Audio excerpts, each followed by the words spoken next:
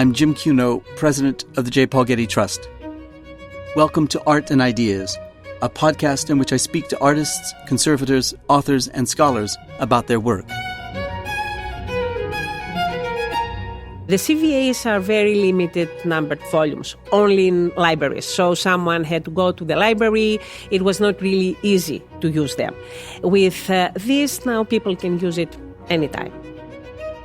In this episode, I speak with scholar Despoina Tsiafakis, Getty curator David Saunders, and Getty digital publications manager Greg Albers about their new online catalog of the Getty's collection of ancient Athenian red figure, column, and volute craters.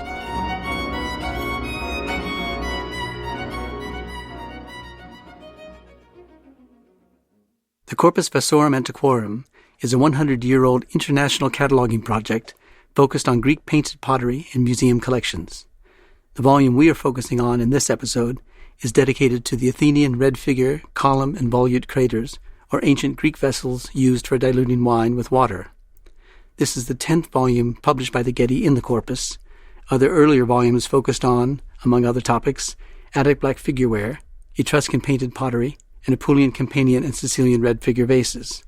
While many of the volumes of the 100-year-old international series have been digitized and are available online, the Getty's recent volume is the first in the Corpus Vasorum Antiquorum to be born digital as an online publication. The difference between digitized and online books is one of the topics we discuss in this episode. Joining me in this conversation were scholar Despoina Tsiafakis, head of the Athena Research and Innovation Center, Getty Museum curator David Saunders, and Getty digital publications manager Greg Albers. Thank you, David, Despoina, and Greg for joining me on this episode of our podcast.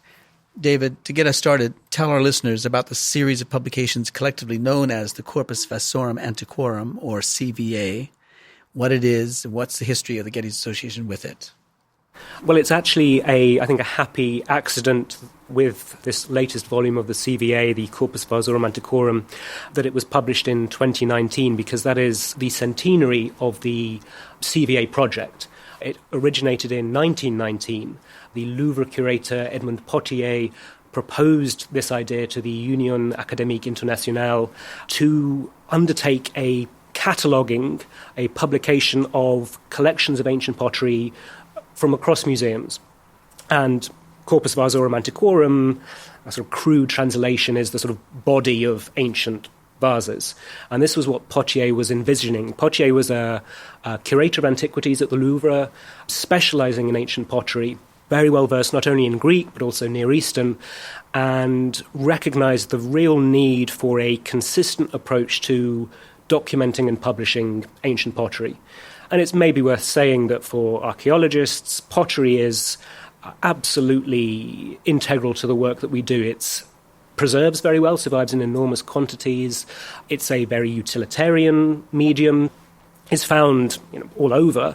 And for archaeologists, it's a really critical tool for understanding chronology, for identifying trade and connections, interactions, seeing how different cultures are engaging with one another. And Potier's vision for this Corpus Vasorum Antiquorum was to really get everyone talking about it on a level platform, and to encourage museums to publish their collections in a clear and consistent way.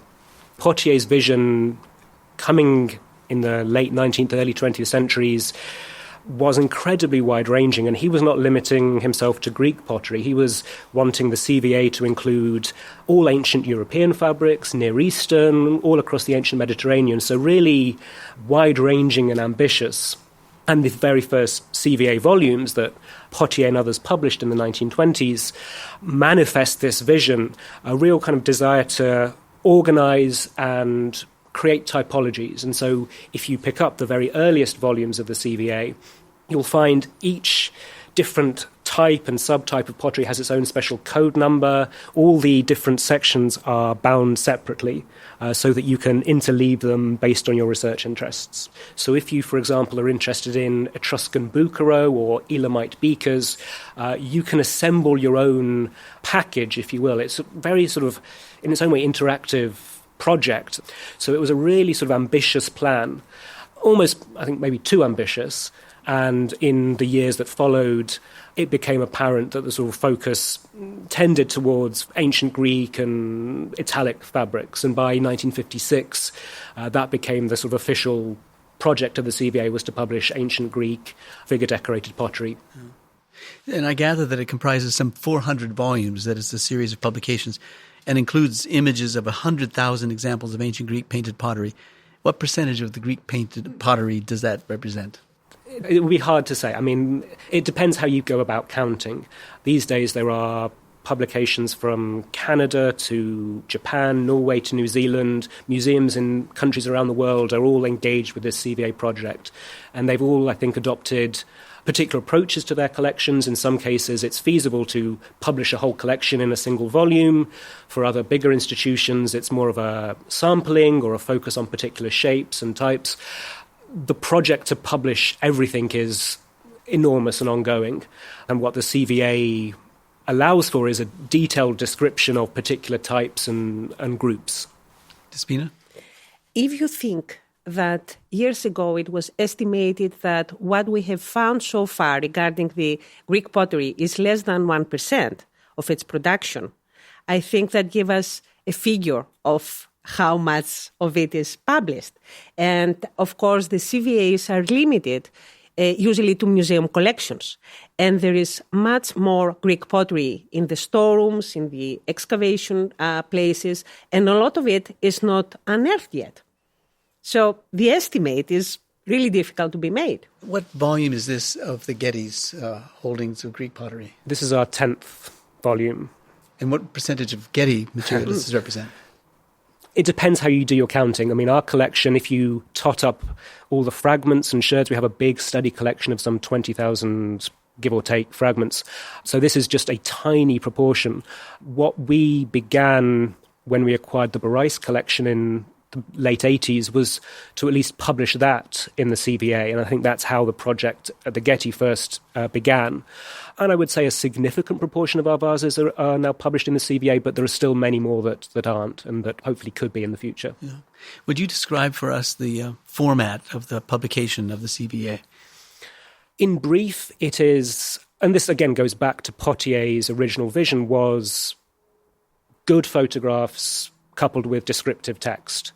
And when you pick up any CVA now from any country, you will encounter the same layout, roughly speaking, with an arrangement of what you would call basic tombstone information about the shape type, the size, dimensions, provenance, a description, and then detailed discussion of comparanda of similar shapes, focusing on the iconography and repeated images, and then a full set of photographs that allow anyone to be able to appreciate and understand the shape and form of the vessel. And these are standards that are set by the CVA committee. Who comprises the CVA committee? So each country has its own particular CVA committee, and my understanding is that there is a sort of overarching group, primarily of vase specialists coming from universities and museums. But most of the sort of direct administration is done by the country CVA committee. They serve as a sort of editorial board, reviewing the text and approving things for publication. Mm-hmm. And how long was it in the making? This was a long run. I mean, this coincided with the reinstallation of the villa. Yeah, I started in the early 2000s. Because you were working here at the Getty at the time. Yes. Yeah. But the whole project started after I left the Getty. So then was all this reinstallation of the villa and all this work. So it was frozen for a while because it was not really easy to get access and see the objects and work with them. And it was, again, when we were about to finish, we started the discussions about getting it as a digital publication. In 2014, something like that. Of course, that was an innovation for the CVA series, to have a digital format. And it was not something that could be decided right away, not only from us, but also from the American CVA committee and, of course, the international CVA committee. They had to accept and approve the whole thing. Yeah. Well, we'll get to that in a minute. Let's get back to the content of the publication. Tell us about what prompted this publication. My specialty is Attic vases, black figure and red figure. I worked more with red figure pottery. And the Getty creators form a really good group. Tell us what a crater is. A crater is, the name in Greek tells what a crater is. Crater is a mixing vessel. Comes from the ancient Greek verb keranini, that means I mix. And it was the vessel they used to mix wine with water. And we should keep in mind that in antiquity, they used to drink wine having 3 or 4 parts of water and 1 part of wine. So that was the vessel they used in the symposium, one of the most well-known and popular practices in ancient Greece. And people, they used to mix the water with the wine in this vessel and then to take the wine out of the crater and pour it into their drinking vessels. Mm-hmm. And what's the difference between red figure and black figure?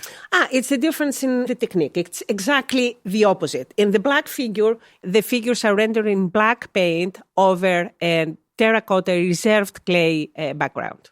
In the red figure, you have exactly the opposite. You have a black background, and the figures are rendered in red. They are reserved, left in the clay color. Which came first? The black figure. Yeah. So why is the Getty collection so important that it justifies inclusion in the CVA? As I said, it forms a very good group. And we have all the types represented. For the Attic craters, we have 4 distinguished types: column, volute, bell, and calyx. At the Getty collection, all the different types are well represented with distinctive examples. Also at the Getty collection, there is good quality of vases. They are rich in iconography and in their variety. Among them, there are important potters and vase painters, like I will mention just some names: Mison, pan painter, Ephthymides, Cleophrades, Polychnotos, Meleager painter. And all this gives us also a very good chronological range.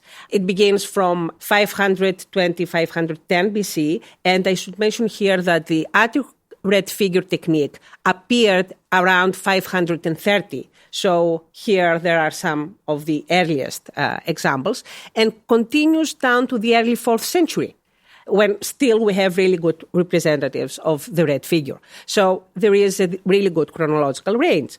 There are also very interesting subjects depicted and myths. For example, we have Aphrodite, the goddess of love, and Adonis, Dionysus, the god of wine, and his Thyrsos, satyrs and maenads. We have scenes from Homer and the Trojan War, like Aeas and Cassandra, Heracles and his labors, Amazonomachi, or gods like Zeus, and scenes from drama like Oedipus and Sphinx, as well as scenes from ancient Greek festivals and religion. So the Getty Creators Collection complement and fills scholarly gaps. It's an important collection, I would say, for research, for education, for entertainment and edutainment. I see in the book that there are photographs not only of the complete vase itself, but also of fragments of the vase. What role do the fragments play, and why are they included in this catalog? Fragment is the key to the systematic archaeology. We cannot expect to find intact vases. Very few vases are intact. Our knowledge is based mostly on fragments.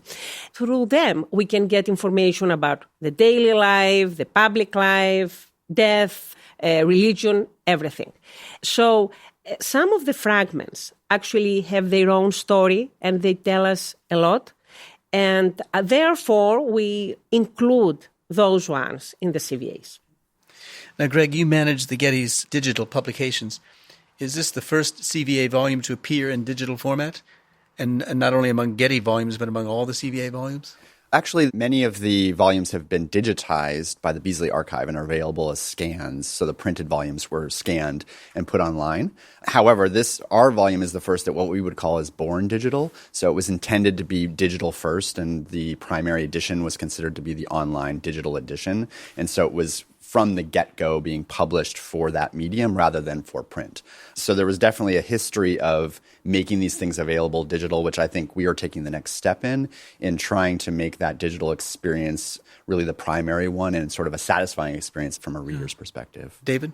I might just add a footnote to Greg's mention of the scanning project. In the early 2000s, the Beazley Archive in Oxford undertook the digitization of out-of-print CVAs, which was in part funded by the Getty Foundation.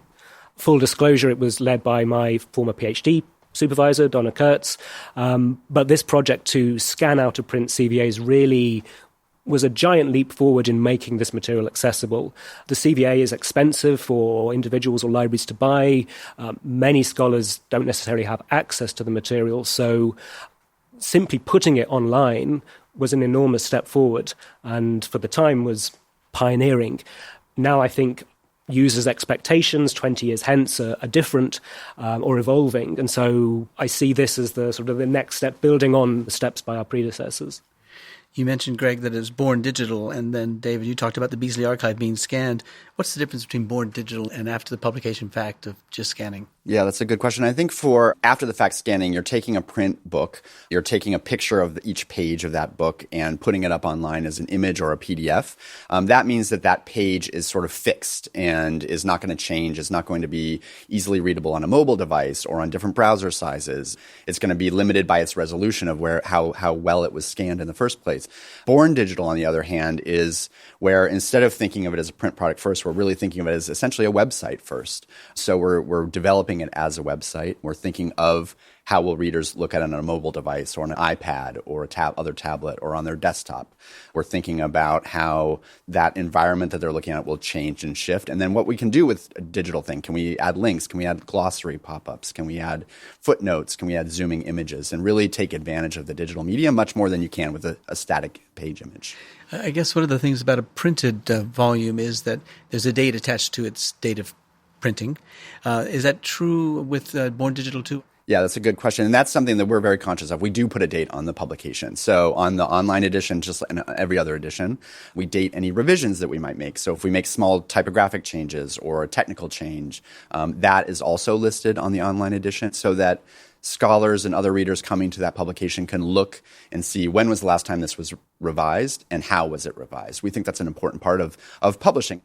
Was the CVA committee at all resistant to its being published in digital format? I think that it was certainly a negotiation. I think any time that you're taking a 100-year-old tradition and moving it into a new format like this, a new form, there is going to be questions, rightly so. The CVA is successful because of its tradition and because of the regularity in its standardization. And so moving into a digital space, you have to do that carefully. We should keep in mind that the CVA committee are the keepers of the CVA standards.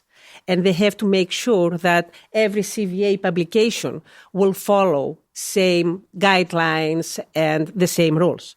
So it's self-understandable that there was a negotiation. They could not just do something radical. It's something totally new here. But at the same time, when we were working with them and sharing drafts of your text, they were seeing the format that they were expecting because it sort of follows the sort of standard CVA format.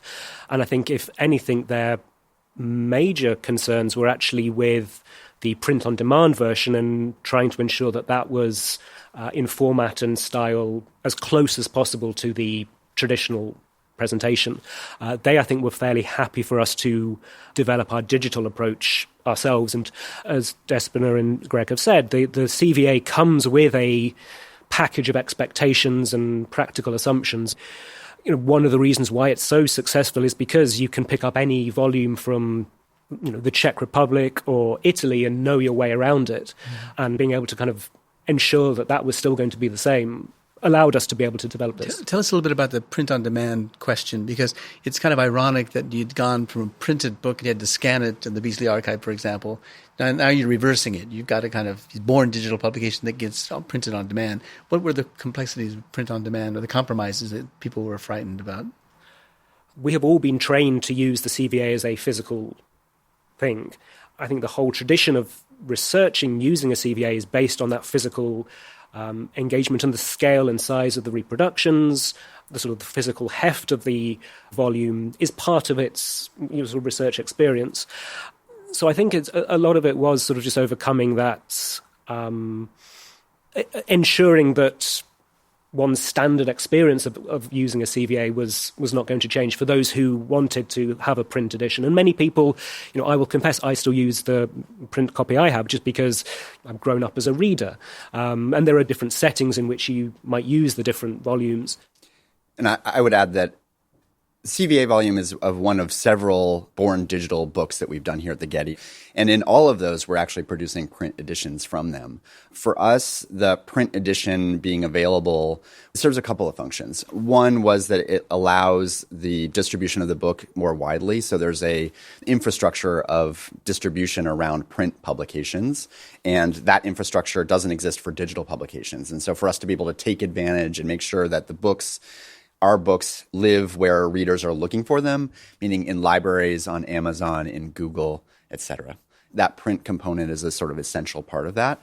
It also, of course, addresses people's different needs for the publications. As David has said, he prefers in many ways the print edition because that's his research style and that's what he's used to.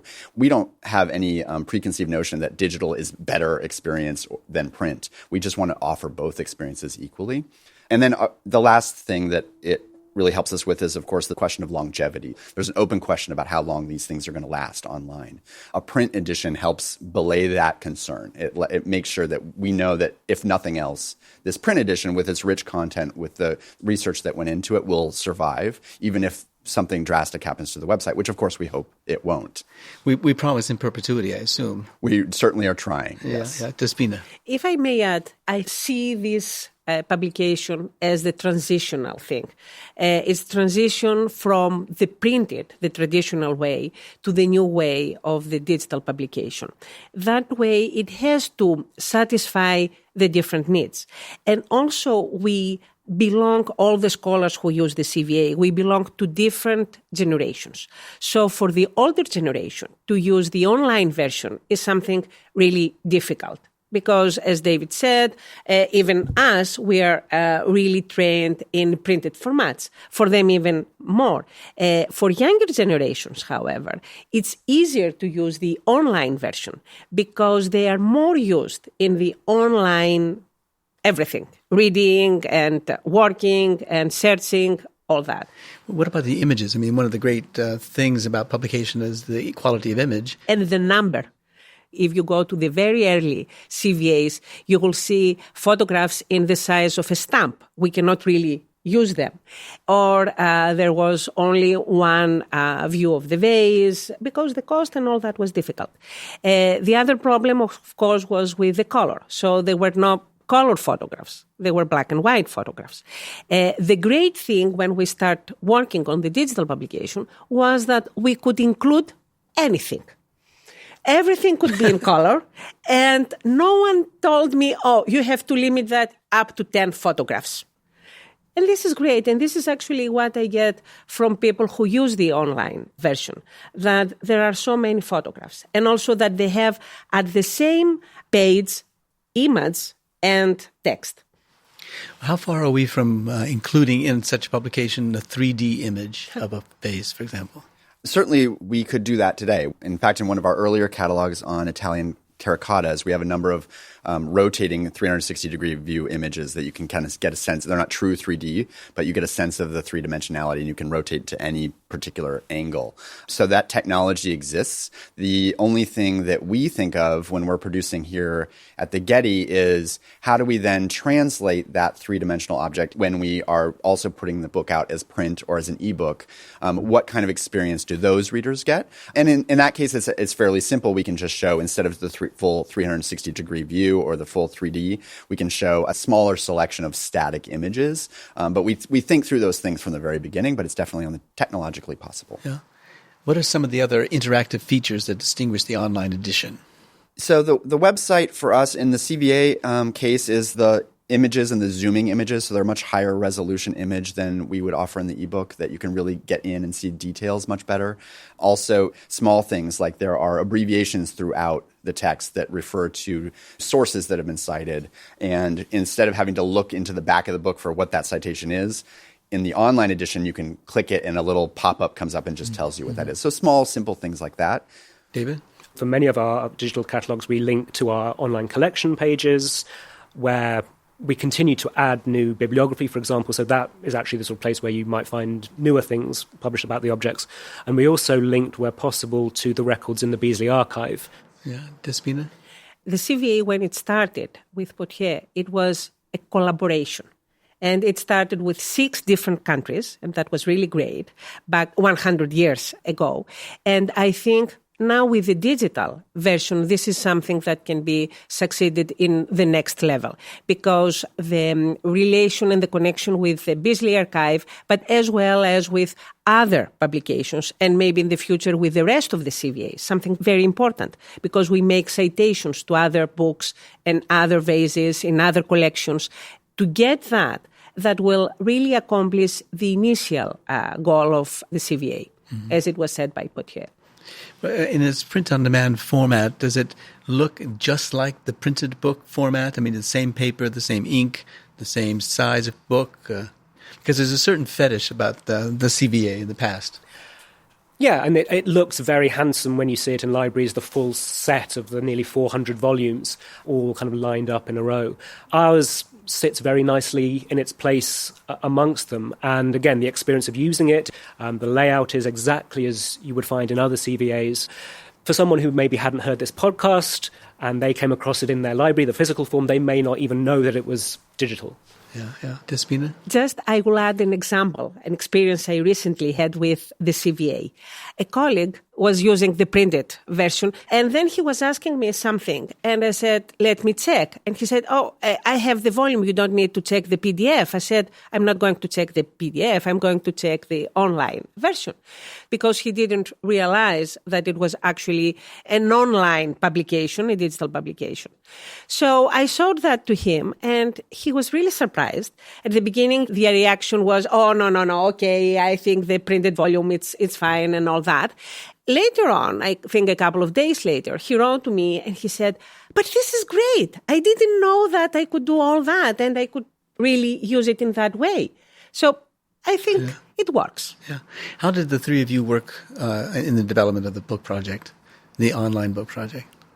Well, it came to me as a traditional books do once we'd approved the project many years prior, and once the manuscript was completed, it went to our editorial department. I think that mostly we were following the patterns we'd established in our existing digital catalogs, and then also trying to merge that in with what the CVA print traditions were. And so I went to work and kind of created the initial version, the initial PDF version and initial online, and then shared that back to David and Despoina with our editorial department as well, and then had feedback that way in a very traditional manner. So it wasn't some special way of working that was determined by the nature of the online version? Not in this case. I think that despite its innovations and despite the fact that it was the firstborn digital CVA, for us at the Getty, it was very much a continuation of work we'd already started in other online projects, other online catalogs. Yeah. What's the reception of it been? How long has it been, as it were, published and available to people? It came out in July, I think, over the summer. So far, the reaction has been overwhelmingly positive. Certainly in conversations and correspondence I've had with my colleagues, they've found its versatility and robustness extremely rewarding and productive to use. I also get really positive reactions, especially from younger scholars, because they really used in the online research. So for them, it's a very useful resource. Do you have a sense that it's more broadly read this stage in the publication history of the book than it would have been if it were simply a printed version? I think it can be, and I think it will be, because one of the greatest advantages with the online publication is that it's open access, so everyone, everywhere, can access it. The CVAs are very limited numbered volumes, only in libraries. So someone had to go to the library. It was not really easy to use them. With this, now people can use it anytime. I'll have to admit that I haven't looked at the most specific numbers of the CVA volume up to date, but typically we see that the print books of these kind of volumes, these born digital books, the print editions sell as well as we would expect if there wasn't a digital edition. So to Despoina's point, it's really a library product that libraries and bigger institutions are buying in the print books. They continue to do that because they want the collection. They have the 400 volumes on the shelf and they want 401. So we're getting that audience that we would expect. But on top of that, we're getting typically thousands and thousands of additional views on the online book and downloads of the ebook and the PDF versions that really expands the audience. And we expect that more readers see it this way than would otherwise see it, for sure. So this is the 10th volume in the series that we've contributed of our collection, and it's the first born digital edition. What's next? Do you have an 11th volume in mind, and will that be born digital as well? Yeah, actually, we have the sequel. The sequel. Yeah. As I mentioned earlier, the curator, the attic curator, is distinguished in 4 different types. So at this point, we did column and volume, and the next will be bell and calyx creators, again, attic red figure and the Getty collection. And I think with our discussion here today, we will be able to include the 3D. I'm really excited to see how that will work in the next Spoiler alert. Yeah. Yeah, Greg? Yes, for me, we would love to see another volume come out at the Getty now that we've established this pattern and we've had some success with it. And we'd love to build off of it and really knowing from the very beginning that it's going to be a digital product. What can we do even further? The other thing that we're really interested in is sharing out the work with other institutions who might be producing CVA volumes. So we would love to see others adopt the digital format that we've been working on here, both the version that we have now and future versions that we might improve on, and see others doing these kind of digital editions of the CVAs as well. And this is published on the Quire format. That's spelled Quire. Tell us about the origins of Quire and what it is. Yes, so Quire, the name comes from old manuscripts. When you would have a large sheet of paper, you'd fold it in a certain way. It would give you a quire, which would be sort of the start of multiple pages of a book. Quire is our multi-format publishing software that we've been developing at the Getty. We started it with a volume in 2014. The Ancient Terracottas volume was the first one that we published that way, that I mentioned earlier. And we've continued to develop Quire over the years through the number of publications that we've done, figuring out how that software works, how it can best work, what can be improved with it, what makes a digital book a digital book. And now we're in the process of moving towards open sourcing that software. A lot of that work is about stabilizing it in a way and documenting it in a way that will make it easier for non-technical users to work with. Our hope is that someone who has some technological curiosity and a little bit of background could go in and produce a book using a basic template and with basic functionality that we would offer. For someone who wants to do something as custom as a new type of CVA volume or something that we don't have an existing template for, that would require more development skills and expertise. The CVA volume and Quire has taken a lot of hours of work by very skilled people doing software development and engineering. With open source, we can multiply that effort across institutions. So the 400 hours that we put developing something here can take 400 hours away from someone else's work somewhere else, so they don't have to redevelop it. So that's what we're after with the open source. Since there are standards that CVA imposes upon the published version of the CVA itself, do you imagine they would impose, as you develop the options for the online publishing, would they develop some standards you'd have to keep from publication to publication? That's a good question. I could see if more and more institutions were to start publishing CVA volumes using the sort of basic template that we were developing and the basic functionality that it affords, that if that was happening in a greater degree, that the committees might want to be more a part of that. It would be great to work with the committees to say, what could we do to evolve the format of CVA into a digital world in a meaningful way that really helps propel the mission of CVA and extend it to the next century. Mm-hmm. I think that right now, our current template hews very closely to the CVA templates as been established. The templates and the sort of mission behind it of being able to view images and text separately and being able to connect to other collections. So I think right now we haven't gone far enough that there's any concern, but it would be great to collaborate with them. There'll be another generation, no doubt. Yes. Yeah, but it raises, I think, really interesting questions as we and many other institutions are putting our collections online with photographs, with basic descriptions. that to some extent meets Potier's initial vision of museum collections being accessible. So it, I think, nudges the CVA project in ways. It remains the gold standard for publication, but as more and more collections are accessible online, what more can the CVA include in addition to what I say a basic museum collection page might offer? Mm-hmm. Well, it's a beautiful, content-rich, and highly functional publication. You guys ought to be congratulated for it. Thank you all for joining me on this podcast this morning and for helping me and no doubt our listeners better understand the complexities and possibilities of online publishing. So thank you very much. Thank you.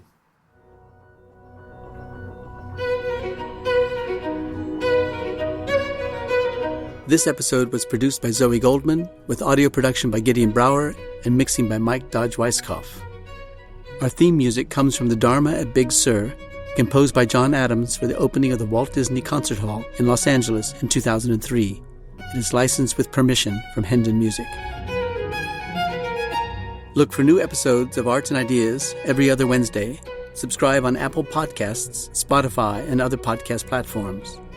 For photos, transcripts, and more resources, visit getty.edu/podcasts, or if you have a question or an idea for an upcoming episode, write to us at podcasts@getty.edu. Thanks for listening.